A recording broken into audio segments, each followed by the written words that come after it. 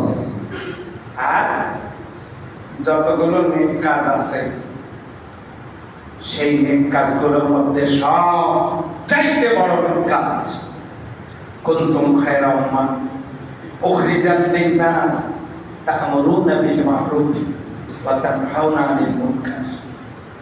সব চাইতে বড় নেক কাজ হলো সৎ কাজের আদেশ, অসৎ কাজের নিষেধ। আর এই দাওয়াতের কাজটা যারা করবে এরা হলো সব চাইতে যে বড় নেক কাজ করতেছে।